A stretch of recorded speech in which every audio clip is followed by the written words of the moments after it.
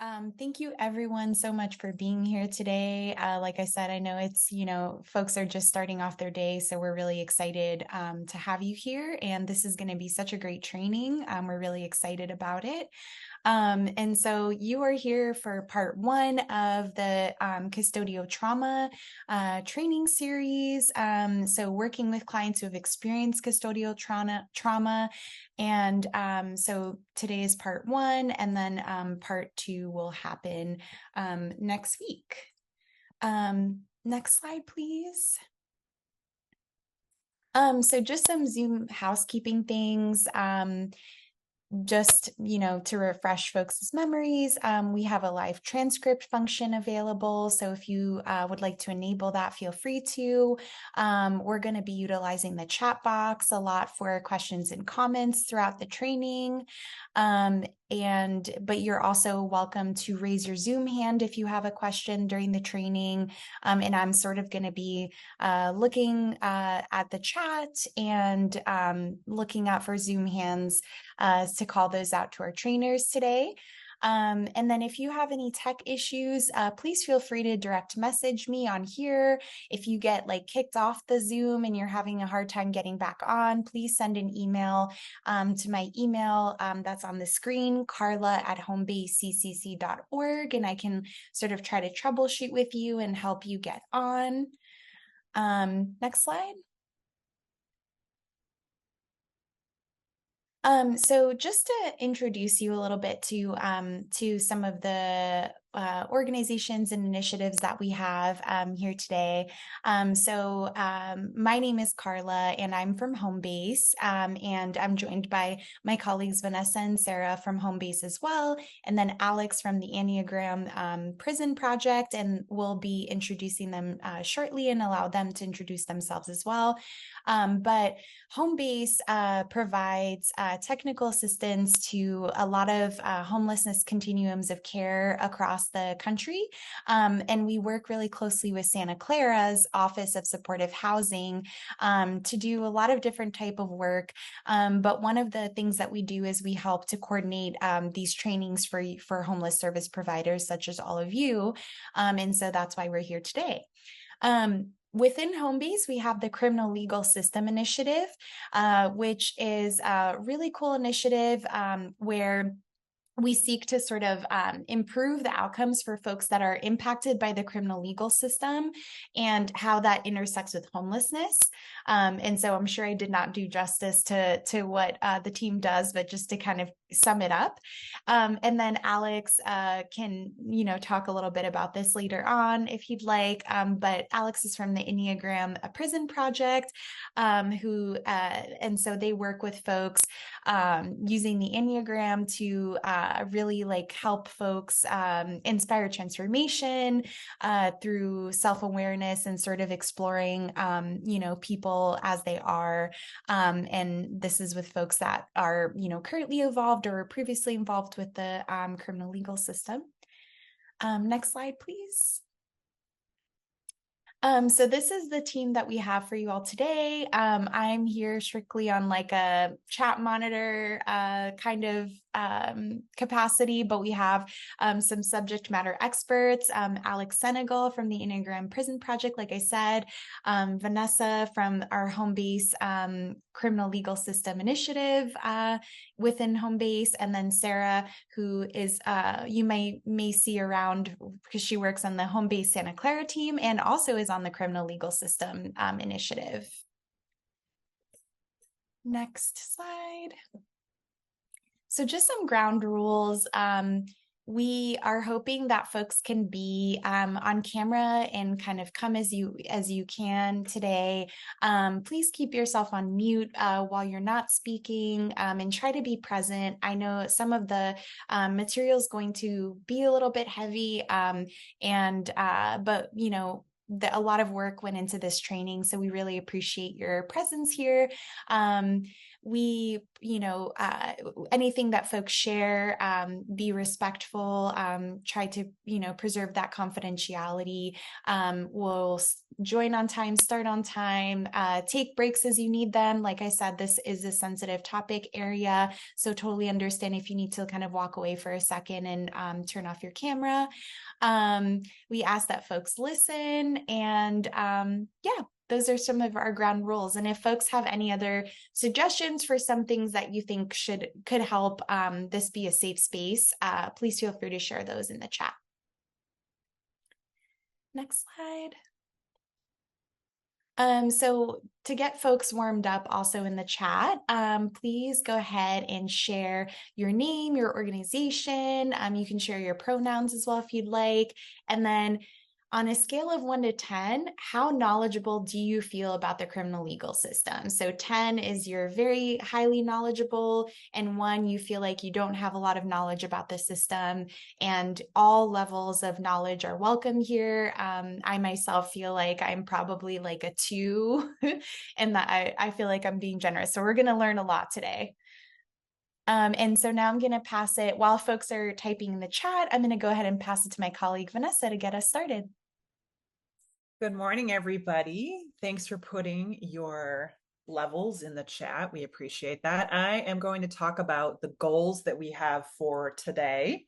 The first is for everyone to gain familiarity with the criminal legal system, including the impacts of race, to better understand the unique stressors and trauma inherent in the experience of incarceration and reentry, to recognize how custodial trauma manifests on an individual level, and to engage in some practical applications of identifying and working with survivors of custodial trauma.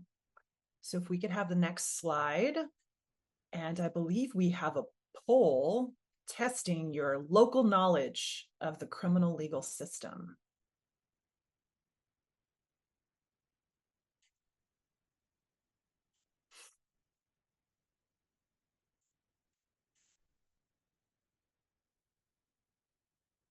Okay, we have a couple guesses.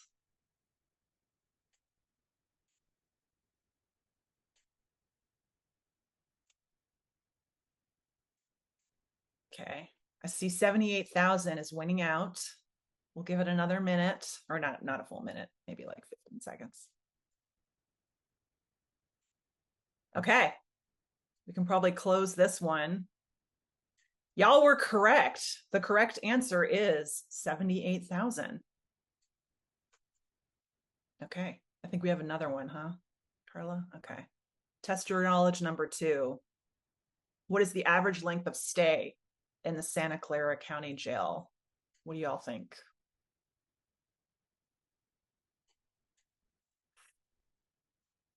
Okay, running even. First and third options winning out, 32 and 206 days. Somebody's not getting the polls. The question is, what is the average length of stay? We have 32 days, 79 days, and 206 days. Okay, looks like it stopped. The answer is 206 days. Surprisingly, it's pretty long. Okay, we have one more poll. Oh, this is the first one again, Carla.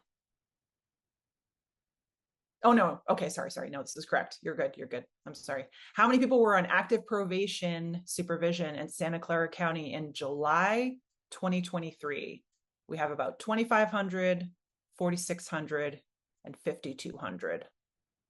What do you all think? Okay, folks are leaning towards the higher numbers.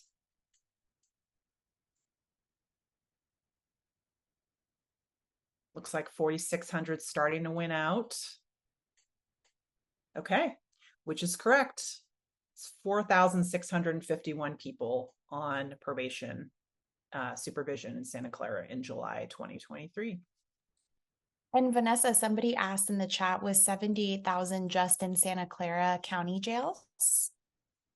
Let me see. What was the question again? No, that is California carceral facilities in 2023. How many were in local jails? So that was the total incarcerated population between state prison and local jails. And so the amount in local jails was 78,000 across the state. Okay, well, with that, we're going to go to the next slide, and I'm going to hand it over to Alex to talk us through the criminal legal system basics.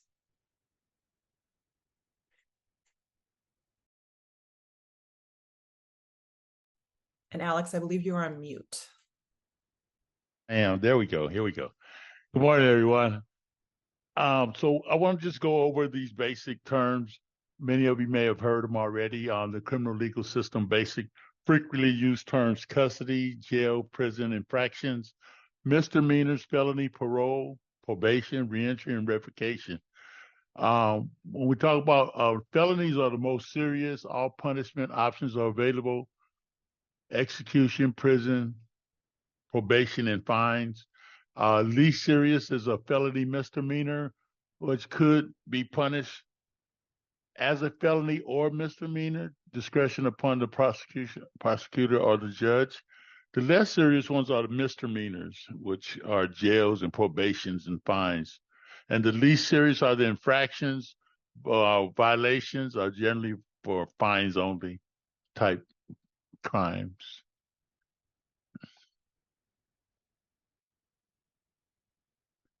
Change the slide. And I want to go over what do we mean when we say custody? What is custody? Well, custody is to have custody of someone, a body such as a locality, the state immigration and custom enforcements, or the Federal Bureau of Prisons must physically hold that person in one of its facilities. Jails. It's what is a jail? Jail is a secure lockup facility within the city or the county where people are kept who are accused of a crime, charged of a crime, waiting for trial, or serving a sentence. They've already been sentenced for that crime. And then we have the prisons. And the prison is a state or federal confinement facility for people convicted of crimes, especially felonies.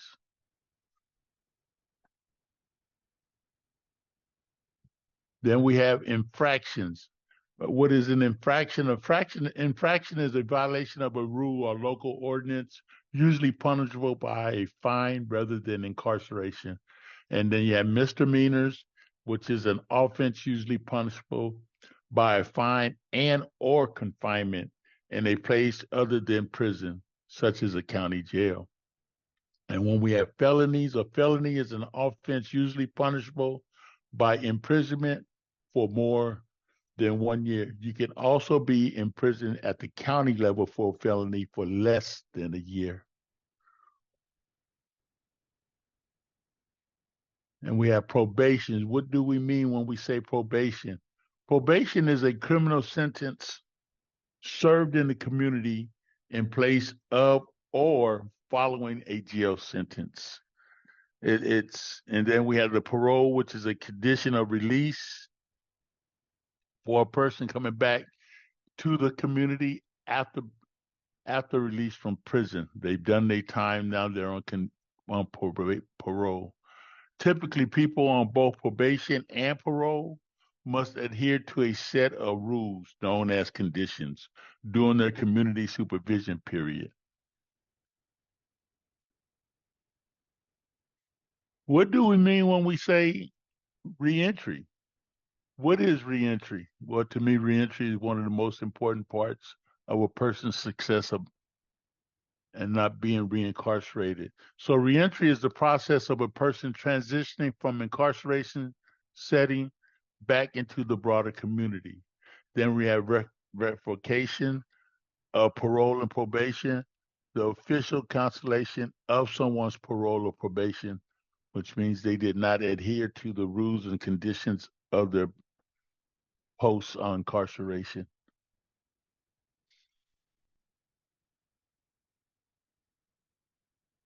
Okay, so the criminal legal system basics. So I was looking at this chart right here, and I had a question.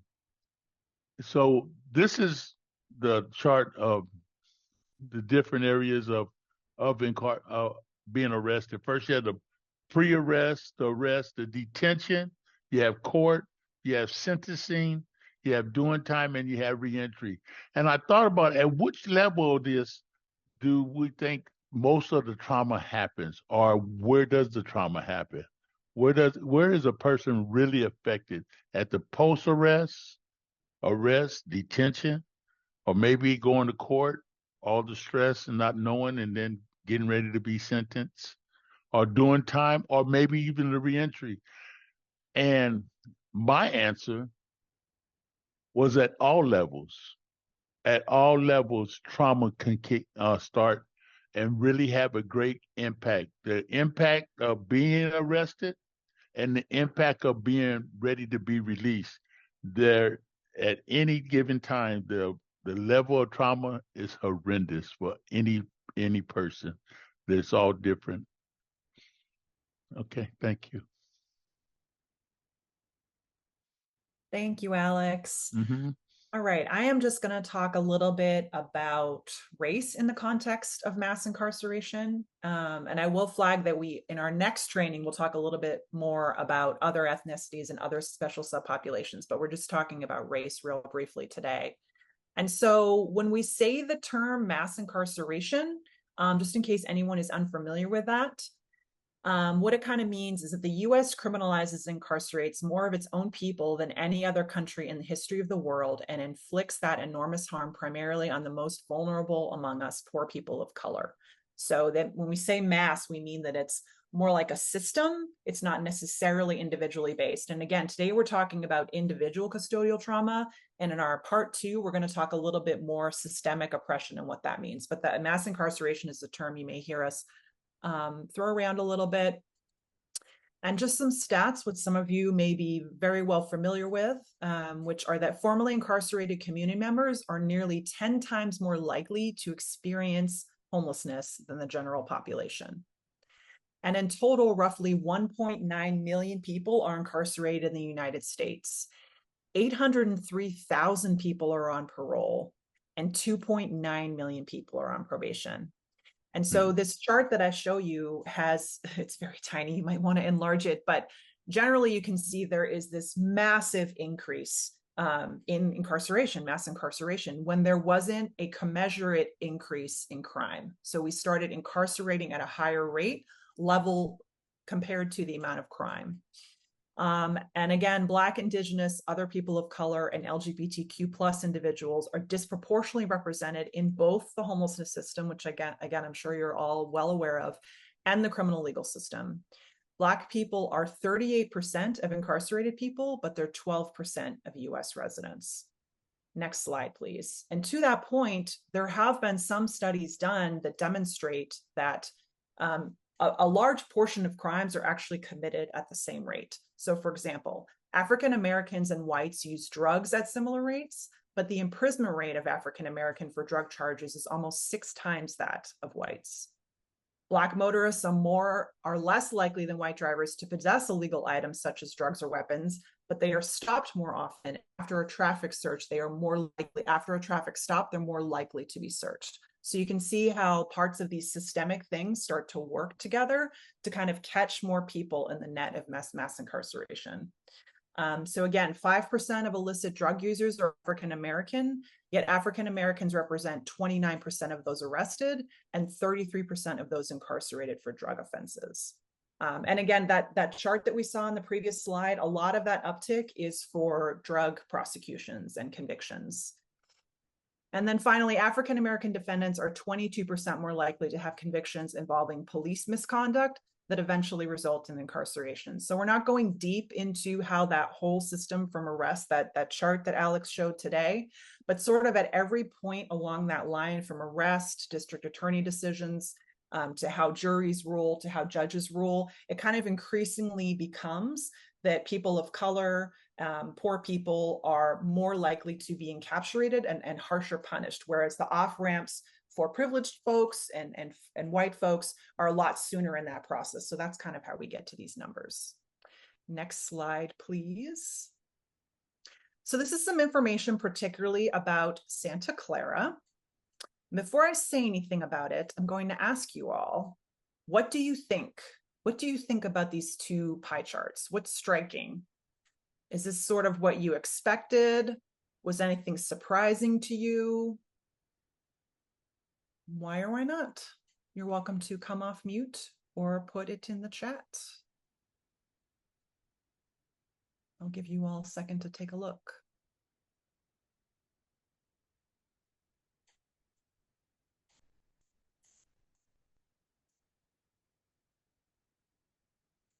Okay, well, I will say for me, and I will admit I am biased because I do not live in Santa Clara.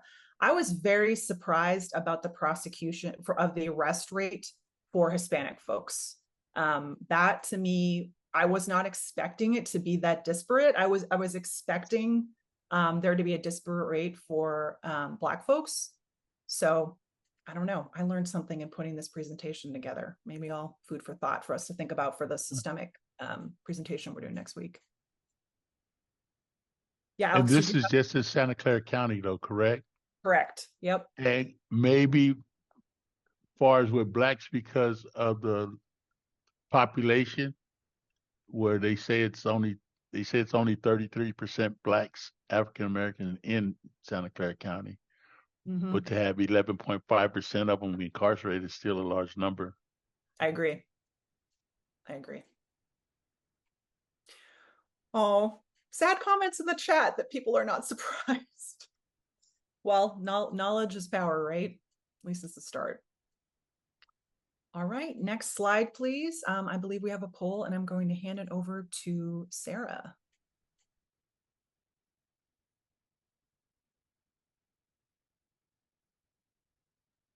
Okay, so we just wanted to create a baseline of the knowledge you have around trauma and the impacts of trauma, and this poll is kind of a helpful way for us to gauge that. So we will let it go for a few more seconds. It looks like a lot of people have at least a basic working knowledge or are at a comfortable level in their understanding of trauma and its impacts.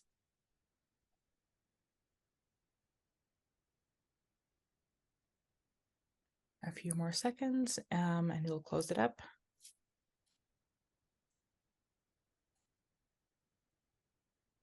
Okay, so it looks like we have a happy medium between basic working knowledge and being at a comfortable level, which is great, and kind of helps me as I talk about the next slide. Let me close this poll. Which is talking about the basics of trauma and trauma-informed care and what those words mean. So when we talk about trauma, we're talking about how psychological trauma can occur when a person experiences an extreme stressor that negatively affects or impacts their emotional and or physical well-being. And trauma, as we all know, traumatic experiences are associated with both behavioral health and chronic physical health conditions, especially if those traumatic events stem from events from childhood. So, you know, a lot of us experience trauma in very different ways, but multiple studies show that if you've experienced a traumatic event in your childhood, also known as adverse childhood events or ACEs, the impact can be so much more long lasting and kind of weave through so many different aspects of our lives.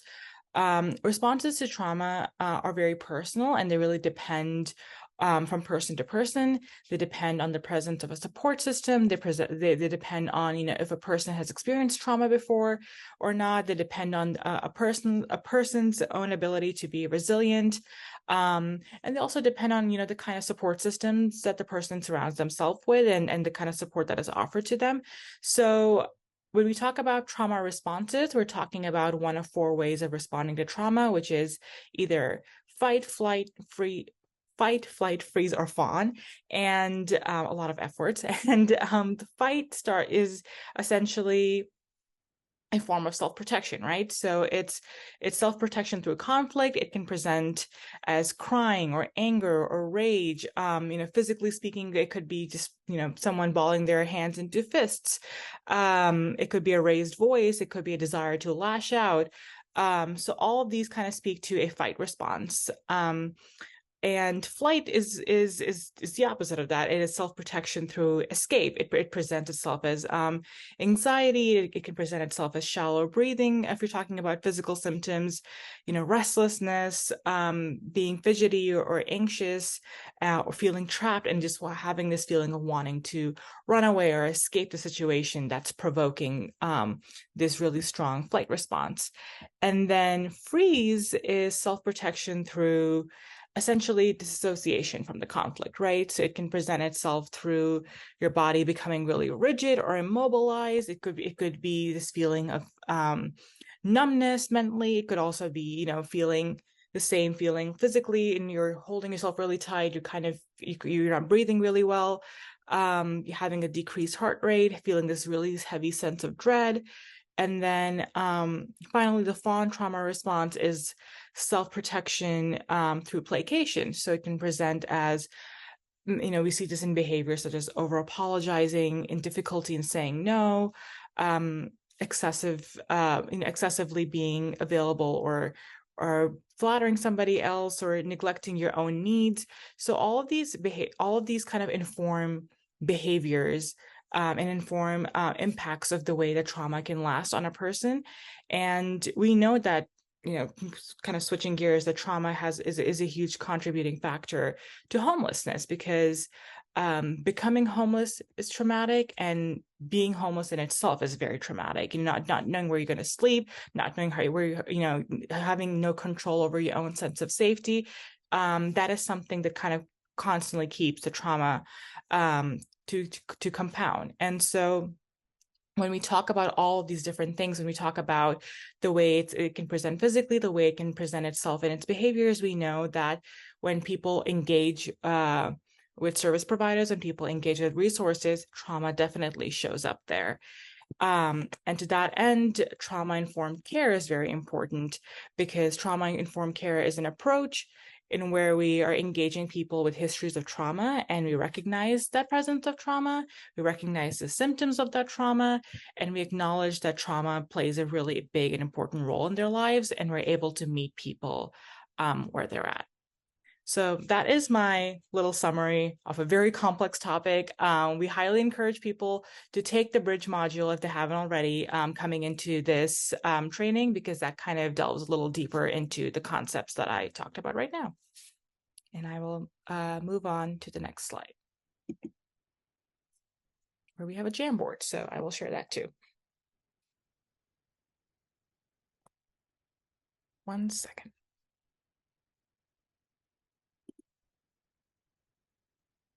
And I put the Jamboard link in the chat if you all want to start joining.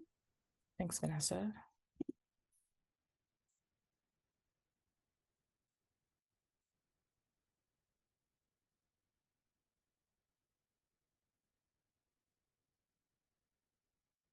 You can all see that?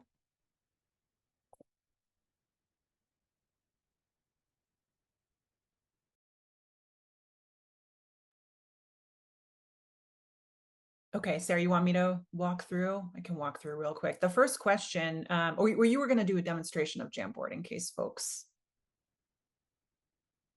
don't know how to use it. Do folks know how to get a sticky note? Or Sarah, do you want to demonstrate that on the shared screen? So the question is, what do you think could cause custodial trauma? Hopefully you watched the bridge module, or you heard Sarah's very brief overview just now. What do you think causes it? You had Alex ask a question a little bit earlier about the system. Now we thought kind of all the points along the system might cause trauma. So if you want to add a sticky note, you go to the 4th from the top on that bar on the left, add a sticky note. You should have a screen pop up, and you can type in whatever you would like. I think that the link is view only. Folks might not be able to post yet. Just that way.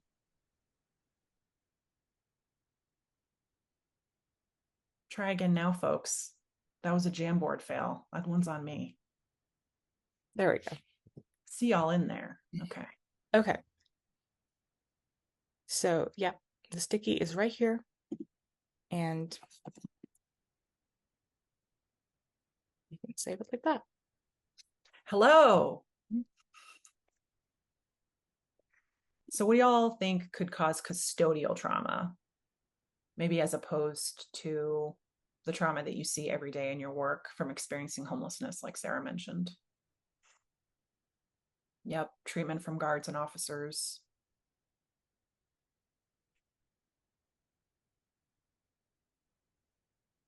Any other thoughts? You're also welcome to put it in the chat. Wrongful conviction. Yep.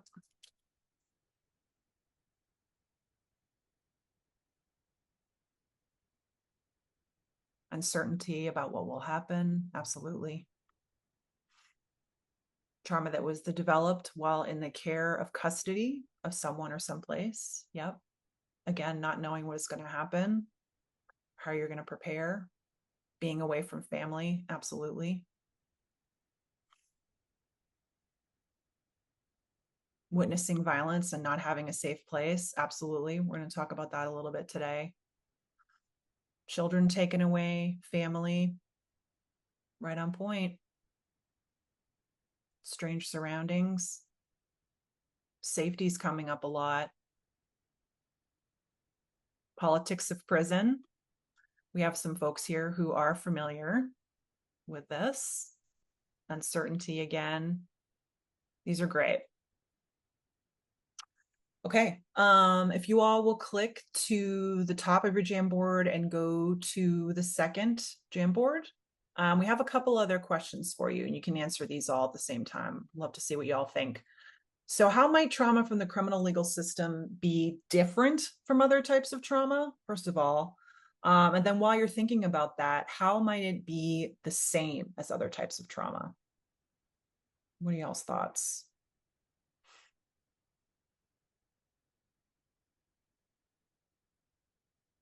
Stigma from society when discussing the trauma. Absolutely.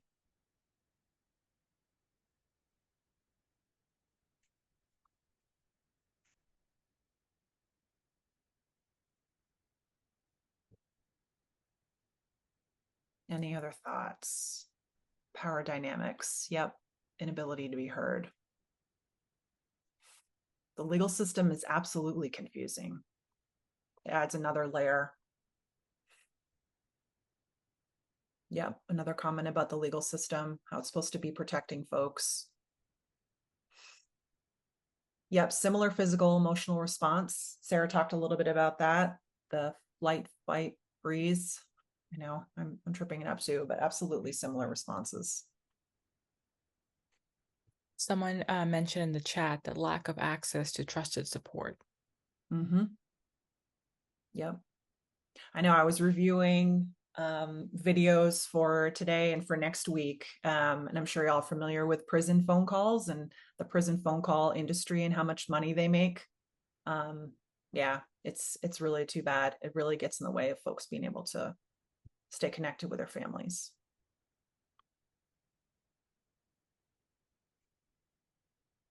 Okay. These are great. All right. Let's go back to the presentation, Sarah.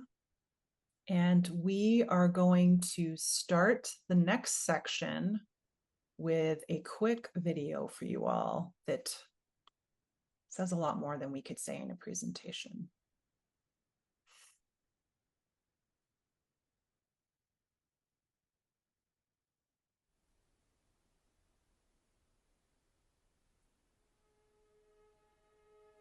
Can we hear that?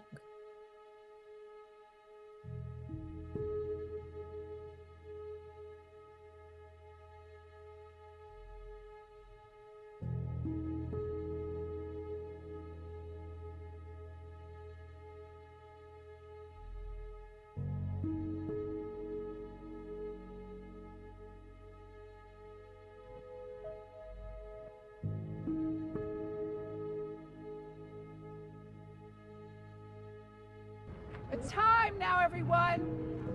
We're going to do the compassion trauma circle. Is everyone ready to face their past with compassion? Is that a yes? Yeah! While you were growing up, during your first 18 years of life, if a parent or other adult in the household often or very often would swear at you, insult you, put you down, or humiliate you, step inside the circle. If a parent or other adult in the household often or very often pushed, grabbed, slapped, or threw something at you, step inside the circle. If a parent or other adult in the household often or very often ever hit you so hard that you had marks or were injured, step inside the circle. If you often felt that no one in your family loved you or thought you were important or special, step inside the circle. If your family lived in extreme poverty, step inside the circle. Step inside the circle. Step inside the circle. Step inside the circle.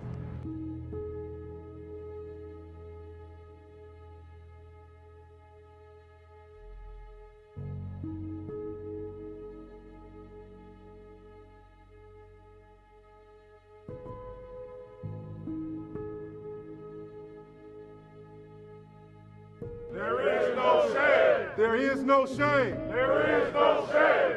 I'm so good. Good to see you. How are you? Amen. Noel, good to see you. Welcome. I was abused as a young girl. I was beaten by my mother. I was verbally abused by my mother. I was sexually abused by another man. My father was an alcoholic. My mother was a rageaholic. I've driven drunk. I've sold drugs. I was a juvenile delinquent. Probably my story is similar to most of your stories in here. I'm white and I'm female and nothing happened to me. So, I got a get out of jail free card. And so I'm here now because I see myself in every one of you. I'm a traumatized child, raised by a traumatized child. My mother was traumatized as well as her parents. Like he said, we wasn't born in the world of being evil people. My mother didn't want me. She hid her pregnancy. She tried to flush me down the toilet. But as I learned about these things, I always asked myself what was wrong with me.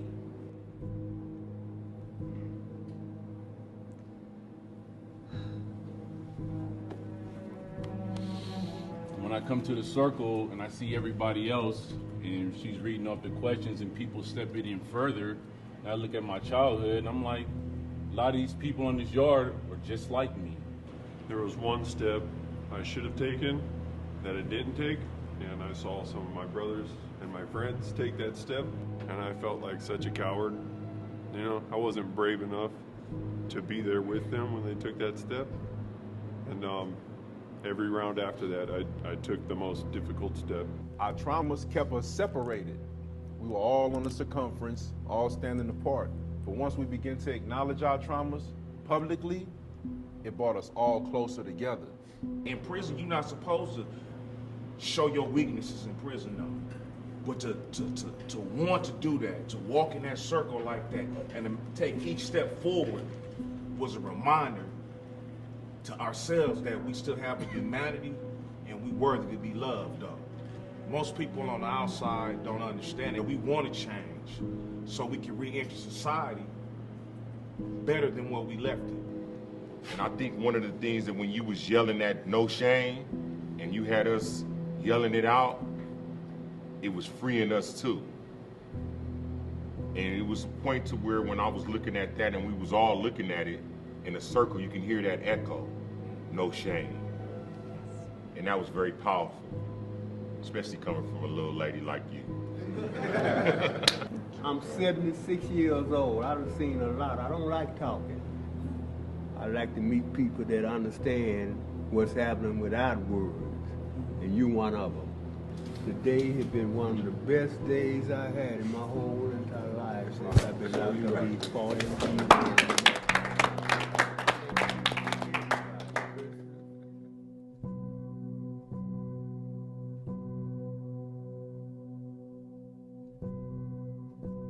Your true spirits are not violent.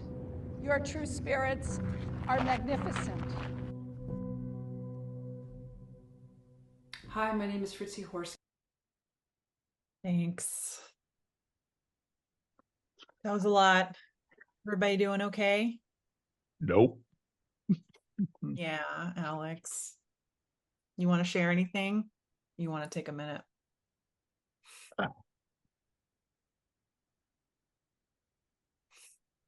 Yeah. You know,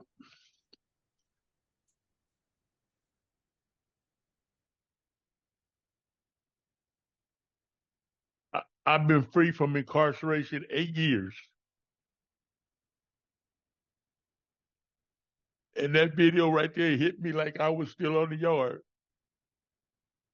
I worked in San Quentin teaching this same thing, using the Enneagram as a compassionate tool, using the ACEs to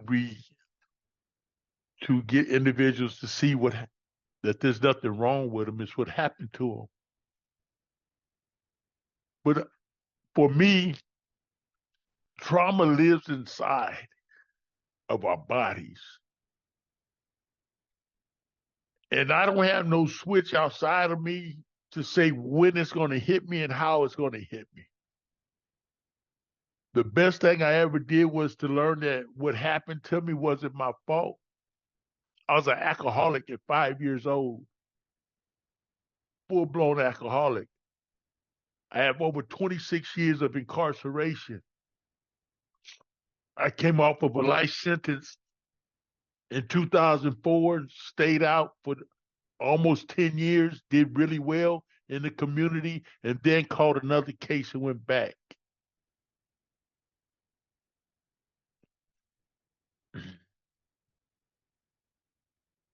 And at that time, I learned how to hold myself. I learned that what happened to me wasn't my fault.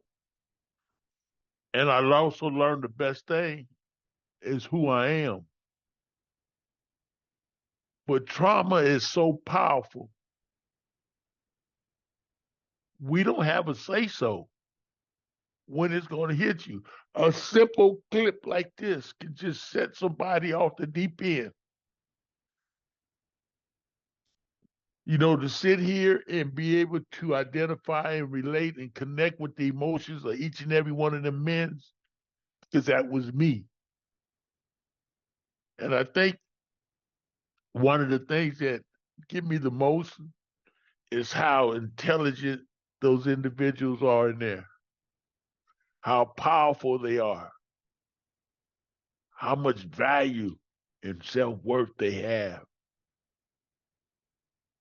and how society just totally ignores them. There's no investment in them. We demean them and dehumanize them like they're nothing. And we're talking about people. We're talking about people. We're talking about lives and souls. It just hits me.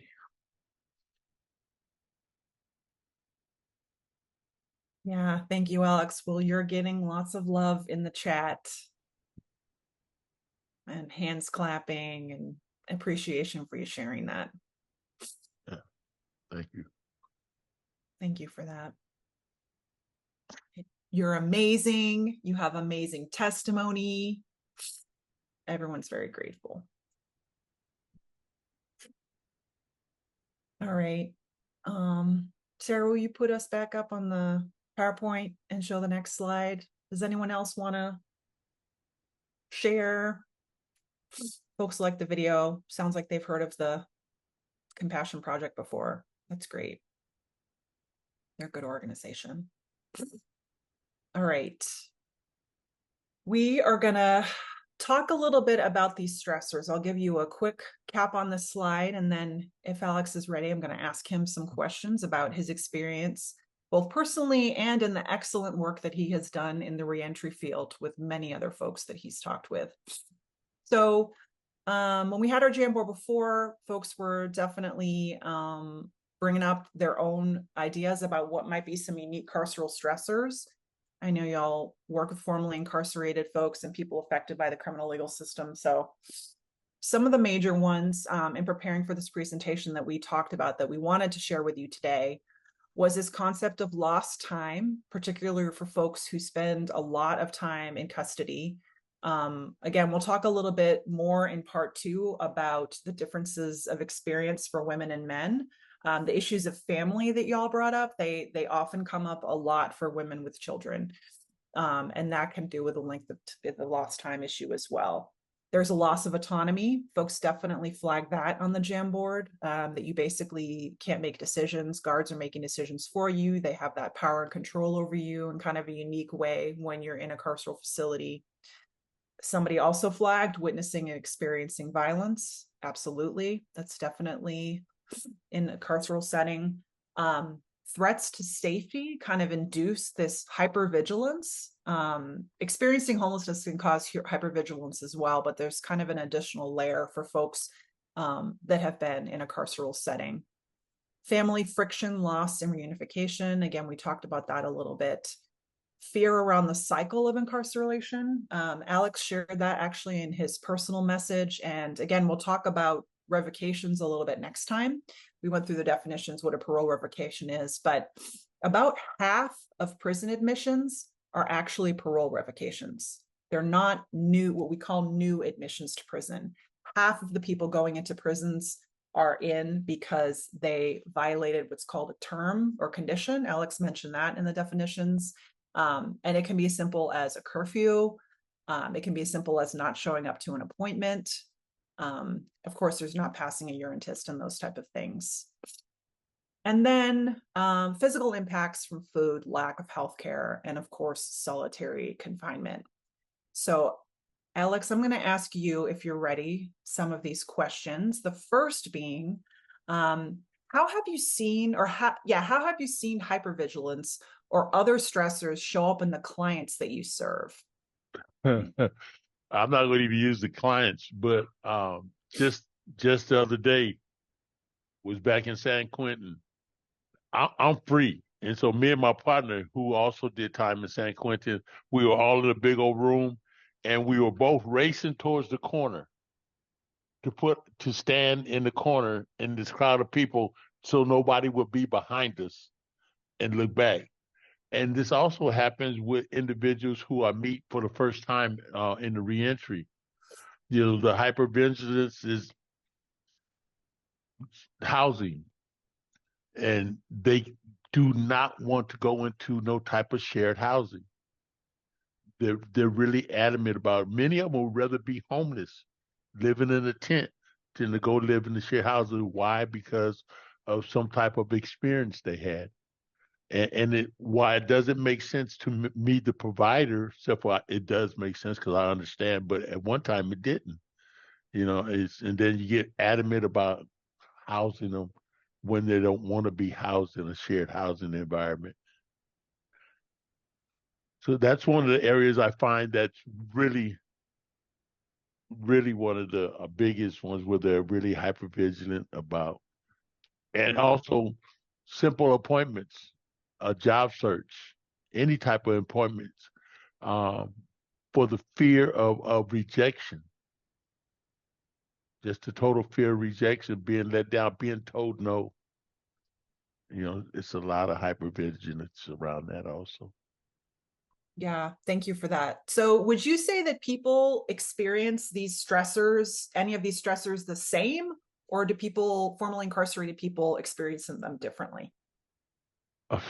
Well, I just think it's levels, and it's just more intense. It's more intense. Being formerly incarcerated, you know, it's already, I use the term, the feeling of being behind the 8 ball. like the whole world's against me, and it's me against the world. That type of mentality. And then a lot of times, the the feeling of not being worthy.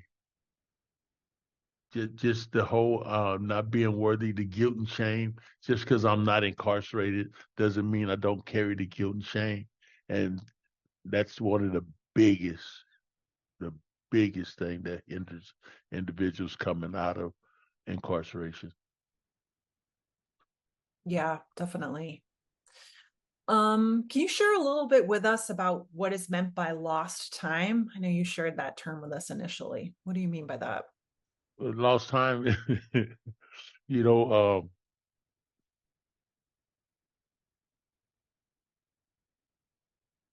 I remember when my twin boys they were babies, and then when I got released, they graduated high school.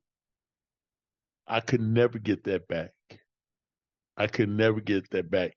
And so as lost time, I've lost being in my home. I lost education, advancement in education. I lost just being productive in the community.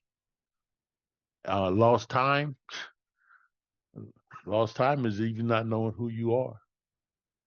You know, people tell you you're not a convict, but you've been a convict for over 13 years. Well, what am I? Mm-hmm. You know, lost time of identity. Mm-hmm. Yeah, that's a great point. Thank you. Mm-hmm. Thank you for sharing everything, Alex. Yeah. All right, we're going to move on to the next slide, and we have another quick video for you. This is the last video of today. Still more time. Looking back to your time behind bars, you mentioned trauma.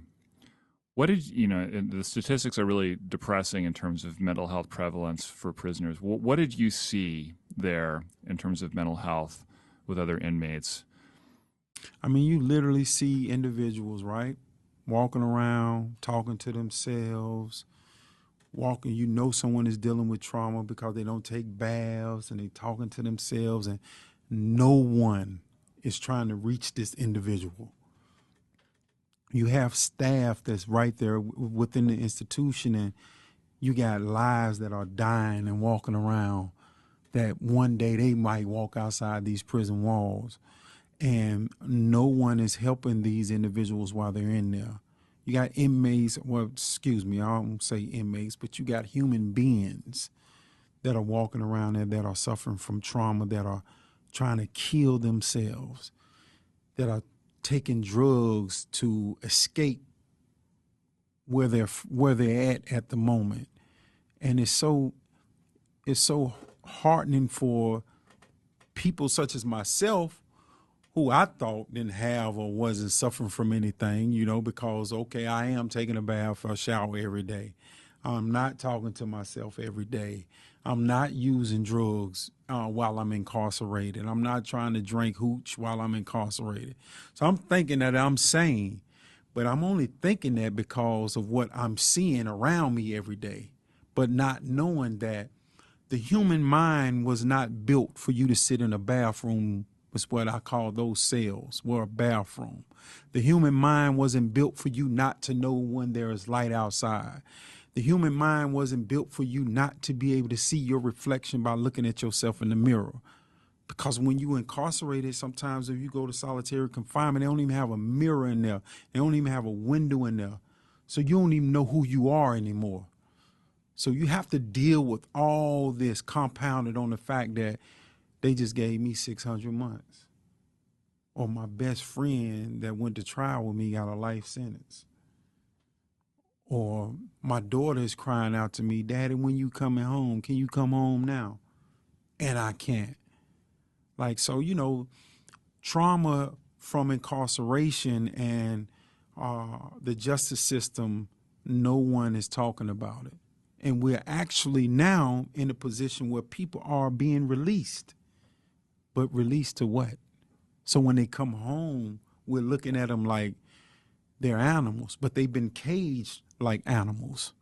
no one has treated them as human beings. And then when they come home, they're still not treated as human beings.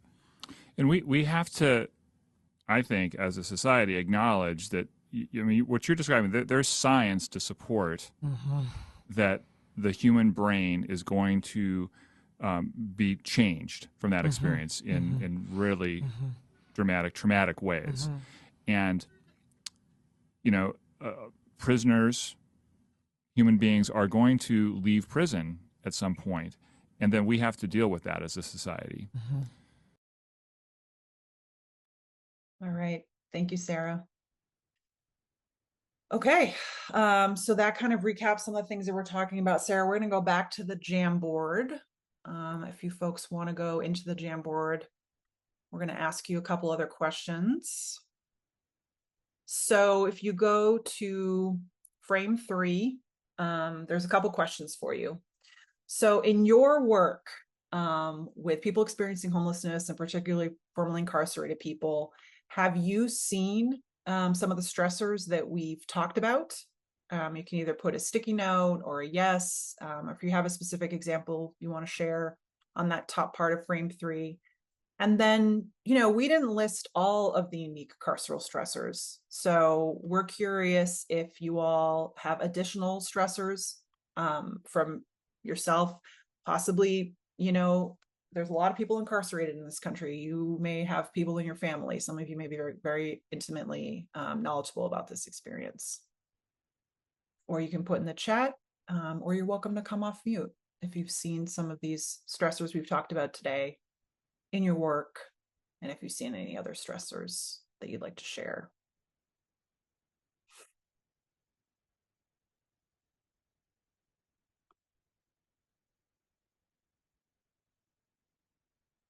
Yes, 100%. That's a pretty resounding endorsement experience.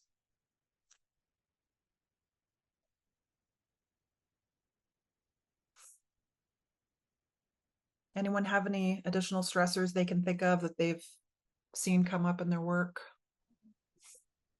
I wanted to mention something that I had never conceived of as a stressor, but I was talking with a gentleman who had spent about 20 years at San Quentin. He got out, he was on my caseload, and he told me that the most belonging he's ever felt was in prison. And he doesn't feel any belonging in society. And I was so shocked because I conceived of prison as a violent place.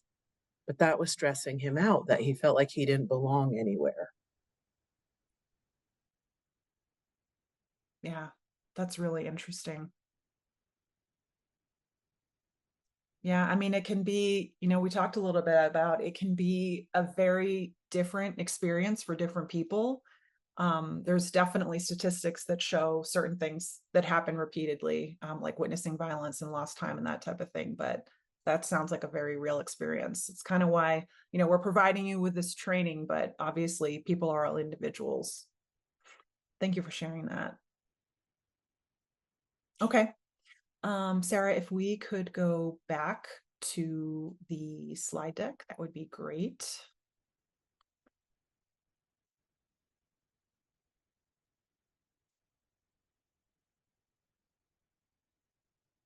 And Veronica said, trust in the system is also another stressor that they've observed with their clients as well. Mm-hmm. Absolutely. Okay, just a couple quick points here on reentry trauma. We are mainly talking about custodial trauma today, but to Alex's point that he brought up earlier, and to the videos that we saw talking about the type of experiences that folks who end up in prison have already had in their lives, there's things that also happen during reentry that make reentry even more difficult to deal with. So for example, 47% of formerly incarcerated people in a study that was done had one traumatic event in the 8 months following release. Those can include things like directly experiencing or witnessing violence or death, learning of the serious injury or death of a loved one, or themselves suffering from a life-threatening injury. In reentry, 1 in 5 lost a loved one to homicide, 25% were violently assaulted, 31% witnessed a serious injury or death, and 31% were diagnosed themselves with a threatening illness or sustain a serious injury. And I think we all know that folks also lose critical resources like employment, income, transportation, housing, medical insurance. So in addition to the kind of navigating what you may have experienced in custody, you also have these additional things that are happening to you. Okay. Actually, I think, Sarah, I apologize. I think I have these slides out of order. I think we actually need to do the next slide first before we go back to the Jamboard. This is my bad. All right.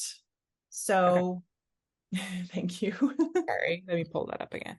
No, it's my fault. So, everybody take a deep breath. I need to take a deep breath, so I'm speaking for myself. Deep breath. Because now we are moving to the practical application portion of our training today. It can be a lot to deal with all these things that we personally experience and see in the world. So we are actually going to go through some actual practical hypothetical for you, and we're going to talk through how we would deal with those situations. So once again, I'm going to just talk about the slide for a second, and then I'm going to ask Alex for his expertise on some of these. So some of the things that we can do to kind of help people navigate through all the experience that they had being in custody and then sort of that reentry trauma that we flagged is help them establish a desired housing type. Alex alluded to this, and I'm going to ask him a little bit more about it. We can also help tailor those daily check-ins to need. We had Tina talk about how some people experience things differently. Alex mentioned the same thing. Some folks are going to need a lot more help with those check-ins than others. Draft a reentry stabilization plan. I'm going to ask Alex about that in a minute. That's another strategy. We can assist folks with their overall goal setting. We can assess the role and the level and the support of family. We've talked a little bit today about the role of family. That can also be different for different people. We can help folks develop a personal narrative, which we know is critical in searching for jobs and housing, that doesn't re-traumatize them every single time that they have to retell their story. And then this may sound counterintuitive, but we can also, when we're met with someone who tells us that they have a criminal record or that they are formerly incarcerated, don't assume that all their reactions are just because of that experience. I know it's frustrating to like give a rule and then give the exception, but we wanted to flag that as well. So Alex, I'm going to ask you a couple questions about this slide. What is meant by established housing type, established desired housing type? Talk a little bit about that for us. So first of all, I think the state of California, the whole system is criminal. It's just total criminal that they release people into homelessness. The majority of the population is being released from incarceration. They don't have a place to live. So one of the biggest challenges, first of all, because of the lack of housing. So in the reentry stage, you don't have very many choices. You have shelters, or you have maybe THU transitional housing units. And all of them require shared housing. Individuals suffering from trauma, they may have experienced some type of violence or they may even have some type of diagnosis where they just can't be in these shared type housing. But that's all you have to offer. That's all you have to offer. So you try to work with them.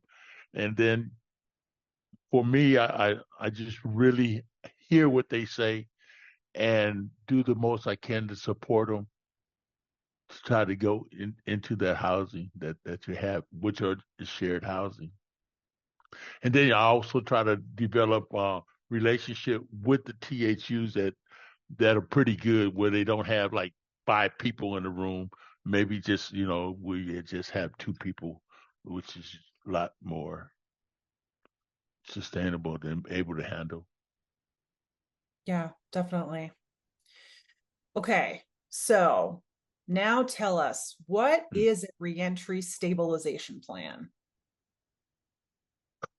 That's a good question. So as far as a reentry stabilization plan, first of all, we have to understand being released from prison or incarceration period back into the community, that in itself is trauma. That in itself is trauma. Even though individuals may have even taken classes while they were in custody, they were preparing to be released. You get back out, then everything, all the stressors in life hit you. And the individuals are really unstable. They know what they want to do. They got the big old jigsaw puzzle, but they can't put the pieces together. So a stabilization plan is basically you're helping this individual put the pieces of the puzzle together. For me, I listen to what they want. I encourage them to make the plan for themselves because I want to restore back to them their independency. I want to restore back to them their ability to make choices. So you support them in that and making the choice. And the stabilization plan is just putting a plan together that's doable, not extravagant, not so difficult, but something that's so doable and help and to reestablish the individual as a person. And then realize their strengths and their weaknesses, but really play to their strengths and help encourage their strengths to help the individual start to believe that they can do this. Yeah, that's such a great point. Yeah, the strengths-based approach. Absolutely. So you're talking a little bit about goal setting too. Can you tell us a little bit, like for case managers that are in the field, how can case managers assist formerly incarcerated people, specifically with goal setting? How might it be different for formerly incarcerated folks or similar to other folks experiencing homelessness? Right. So first, I start with the 3 to 6 month goals, very small goals. And you have, I find that you have to help individuals because they want to get out, they want to get the house, they want to get the car, they want to get all these things. Okay, so what about a job first? Okay. Oh yeah, I think I need that. So you really have to help the individuals look at and be realistic about the goals. For me, I keep them simple and I keep them doable, and also understanding their struggles. The individual may have for job search, and I find this to be a very challenging area for individuals formerly incarcerated. The job search, because the fear of being told no, the rejection, is huge. That's re-traumatizing all over again. And so what I do a lot of times with the individual sitting in front of me, I make the phone calls and I advocate and I make the introduction to an individual. So now when you got to go to a place for an appointment, they already know you have a sense of connection already. So that takes away a trauma. So with the goal setting to help individuals complete the goals, I really advocate and go forward before them to knock down some of the barriers. And 3 goals is too many. Let's set 2 goals, and then once you complete one, we'll add another. And I stair step one like that. I make a huge deal out of something being completed. I mean, I just like blow it up like it's the best thing in the world.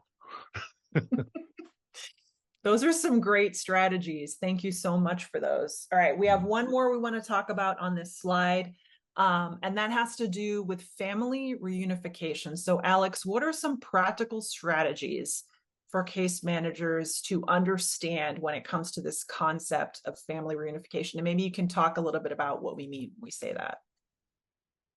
Yes. This is an area that really needs a lot of work in. It needs a lot of work in with our providers. And I think our providers need to be trained in learning how to help individuals in the family reunification area. There's this one individual we're having to talk. So what they have is a mediator program. So the mediator program actually they mediate with the families because most individuals coming out of incarceration And reason why they're homeless because they have family problems, and their guilt and shame for what happened in the family does not even allow them to want to re-engage with them. So that's, for me, I help the individual, and it takes a long process. I help the individual start to get to a place where they want to re-engage back with the family. And then I mediate for them. I actually mediate with the family and the individual. And I find that works because family unification it's so important. It's so important. Restoration is so important when you have, and to do the intervention for case managers is a must. Individuals don't know how. They don't know how to solve these type of conflicts because the guilt and shame is really a huge barrier in joining back with the family. Thanks for that, Alex. You're getting some agreement here in the chat that that's a really great intervention. So thank you for that. Mm-hmm. Okay, now we're gonna turn the tables on y'all and see if you all can tell us what you would do with some hypos that we have here. So we have a few hypos for you all to consider. I will read through them. Please put your thoughts in the chat or come off mute and let us know what your response is. So here's our first one. Mike was released 2 months ago and had been staying on his brother's couch. The apartment was a 1-bedroom, and Mike's brother often had friends over hanging out in the living room. Recently, Mike started shelter hopping. You, his case manager, found a shared living situation with roommates where you can cover rent for 6 months. Mike refuses to accept the subsidy. What's going on here, and what would be your next step? What do y'all think?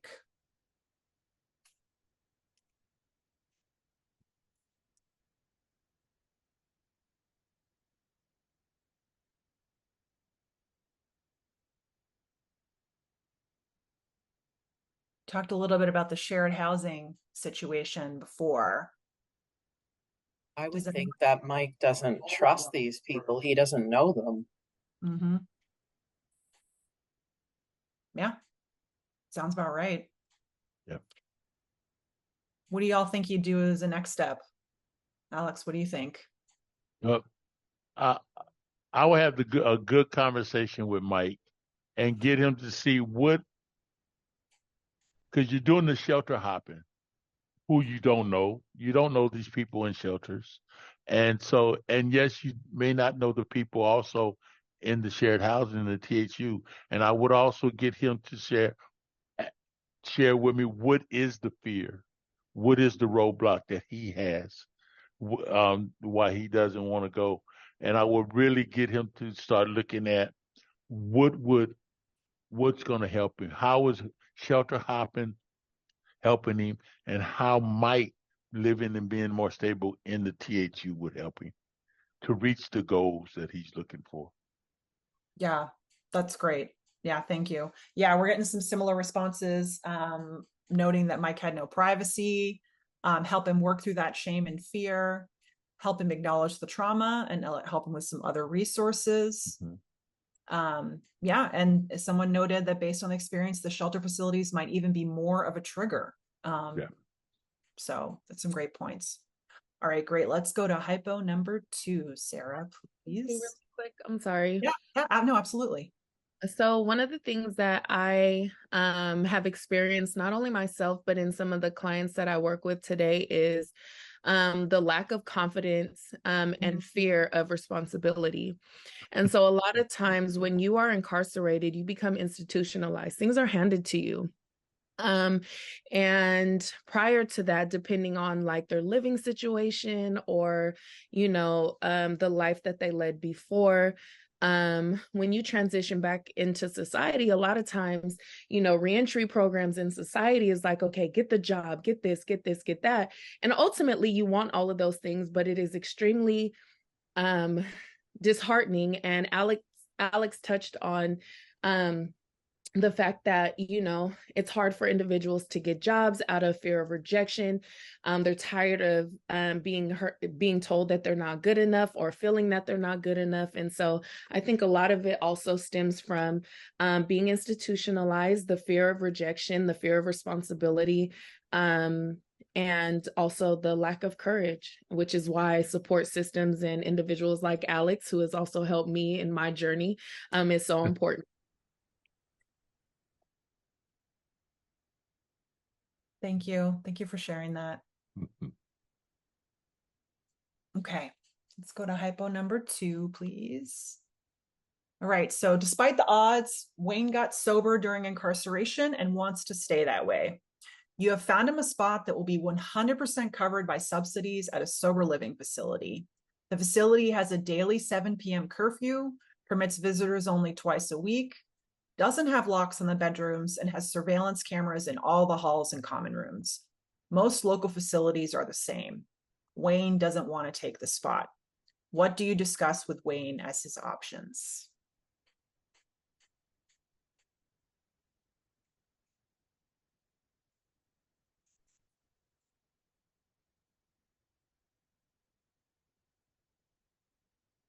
Any thoughts? Or Alex, do you have a thought you want to share? Yeah, I do have a thought. Go for it. And my first thought is I don't blame Wayne. That's my first thought. I do not blame Wayne at all. But I would have the conversation because with Wayne, I would have the conversation with Wayne because one thing that I'm really big on is restoring back the individual's ability to make choices. So at some point, and Wayne will have to have the conversation at what does he want to do? You know, what do you want to do? And I would totally agree with him about the condition of this place. But what do you want to do if you don't want this? What is it you want to do? Mm-hmm. And then I will go from there and we will partner together. I'm going to support him. I'm going to partner with him. And I will also look for other facilities that's where you can have some type of privacy, some type, you know, the deal is you want individuals not to continue to feel like they're incarcerated in a, you know, another part of a facility where it's just so the systemic oppression is just so real, and all these systems continue to trigger the individual with their mental health. And I would also acknowledge that with Wayne too. Mm-hmm. So I will more than the facility's conditions and how they're being run, I will discuss with him the triggers that's coming up for him, his thought pattern, but at the same time, I would encourage him to find out what it is he wants to do. He may be willing to still go to another facility, but not one where they have all these cameras and you feel like you're still under surveillance of incarceration. Yeah, that's great. Thank you, Alex. Mm-hmm. All right, we're going to skip number 3. Can we go to number 4 in the interest of time here, Sarah? Hypo number 4. Okay, this may be our last hypo. We may be able to squeeze one more. Here we go. Jeff is a new case manager in your office, and as a seasoned provider, you are tasked with mentoring him. Sitting in on an intake, you observe that the interview is going well until Jeff learns that the potential client was convicted of armed robbery and served a 7-year sentence. Jeff looks visibly taken aback and asks the client if he's sorry about what he did because you probably won't get housing unless you show remorse. So what feedback do you provide to Jeff? And why would you provide that feedback, and how might you do it? Any thoughts from the providers here?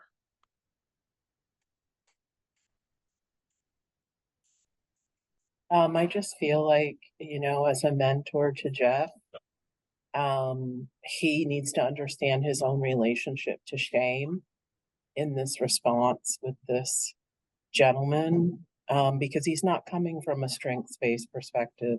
It's coming from a shame perspective. Thank you. That was spot on. Yeah. Yeah. Yeah, I'm really big on using such a compassionate approach. And my whole purpose is to build up, encourage, and to support. And with using a compassionate approach, no matter what. Yeah, you did what you did, but who are you today? And let's look at who you are today and what we can do today to go forward and always provide that hope. The one thing I know for a fact, and I share this, and this is just who I am today somebody else's hope.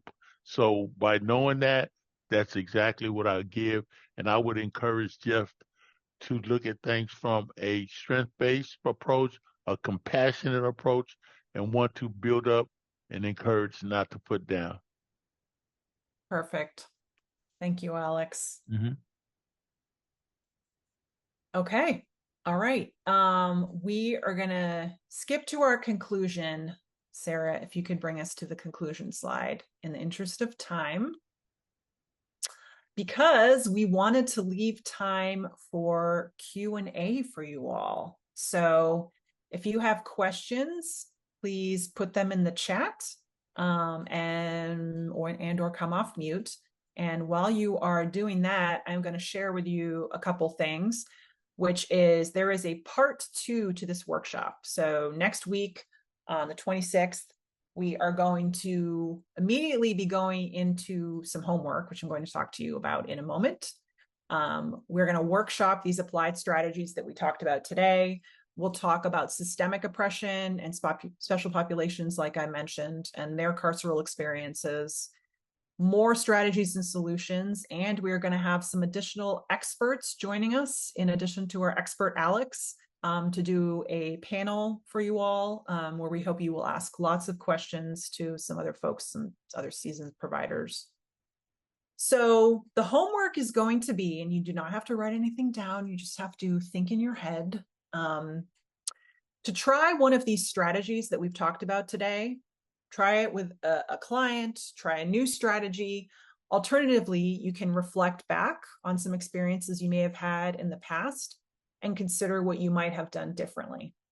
So Alex talked a lot about some additional strategies. We had some great content that we shared with folks today. So please be thinking about that, because when we start part 2 next week, we're going to go right away into those breakout rooms and have y'all talk with each other and have some peer learning about some strategies that work. And yes, we are definitely going to be sending this recording and the slides. So if folks want to come to part 2, you can still register and you can watch this, and you can watch the trauma module before you attend next week. So I will hand it over to Carla for additional wrap up, or if anybody have other questions they want to ask.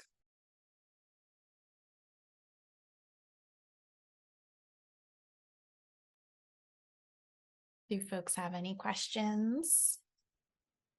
I have a question for Alex.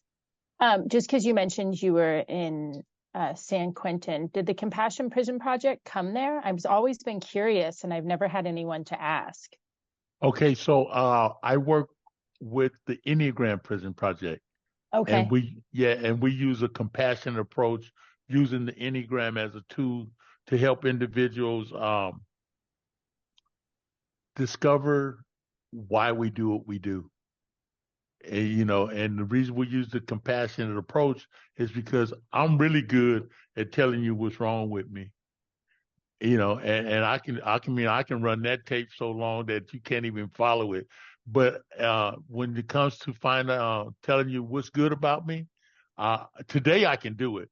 But once upon a time, that was just impossible. And so that's what we do.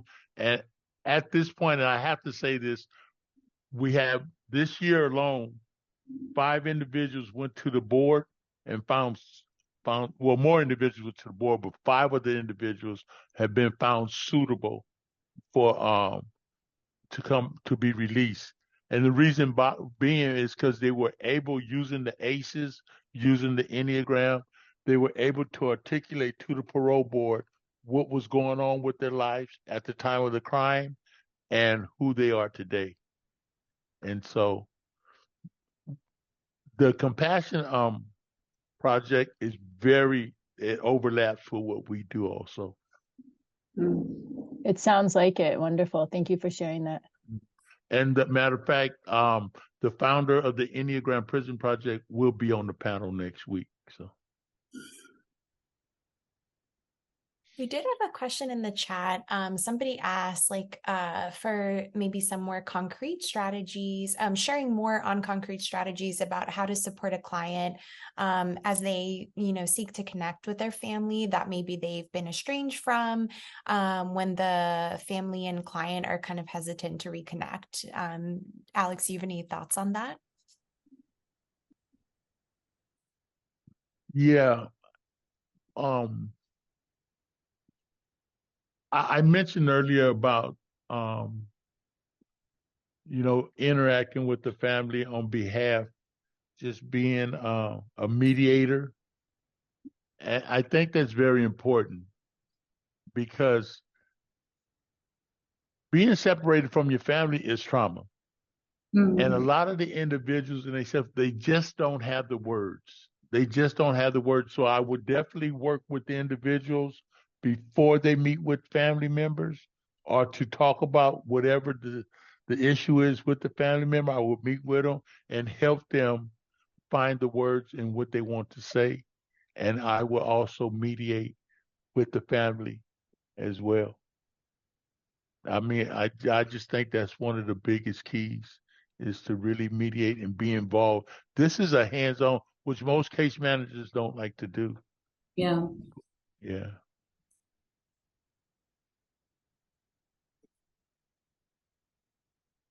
Yeah, and I just want to add to, we talked about family reunification today because I agree with Alex, it's kind of an underlooked area, but I think y'all are well aware, it's not going to be possible for everybody. For some people, that is going to be re-traumatizing to be reconnected with their family. And they, it may be the reason they are experiencing homelessness. It may be the reason they are incarcerated.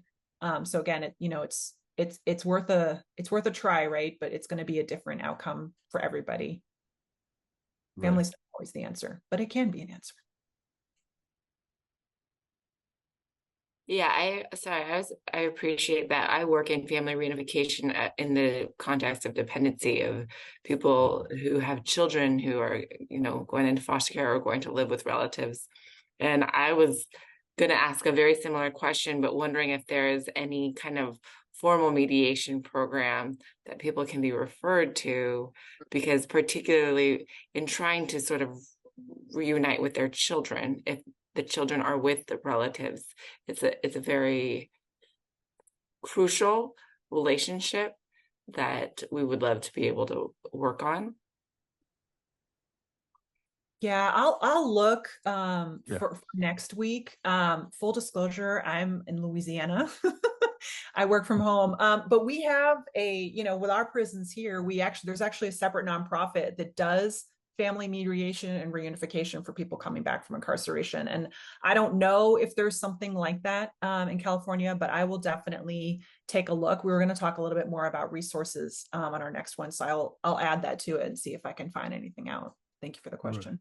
Right. It was put in the chat that the reentry center, it offers mediation.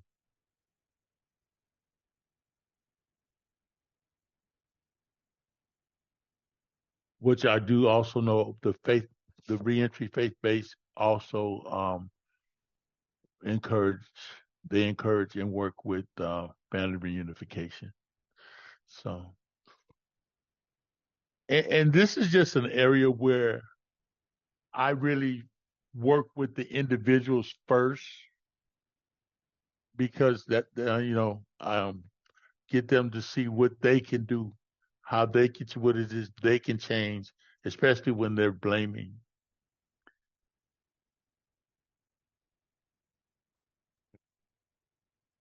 Thanks, everyone. Thanks for your questions. Thank you to our wonderful presenters. Alex, thank you so much for being here. Vanessa and Sarah, thank you so much.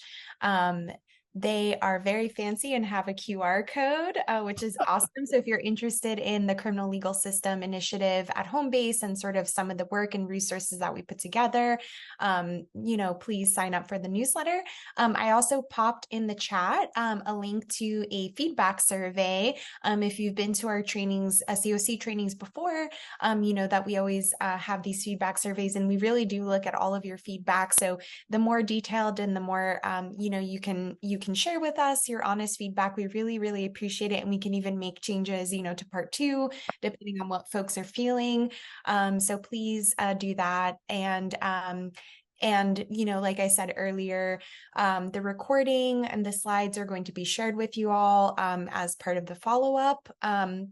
And then, like Vanessa said, part 2 is taking place next Tuesday from 9 to 10:30 a.m. So at the same time, you will use the same Zoom link recording. I will resend the Zoom links since I know it can get buried and everybody has a different link. I will resend those links right before the training, so you all have them. If you have any issues, please reach out to me, and I'm popping my email in the chat so I can help you get on. And otherwise, hope you all have a beautiful day, and thank you for being here, for being present and engaged with us, and we're excited.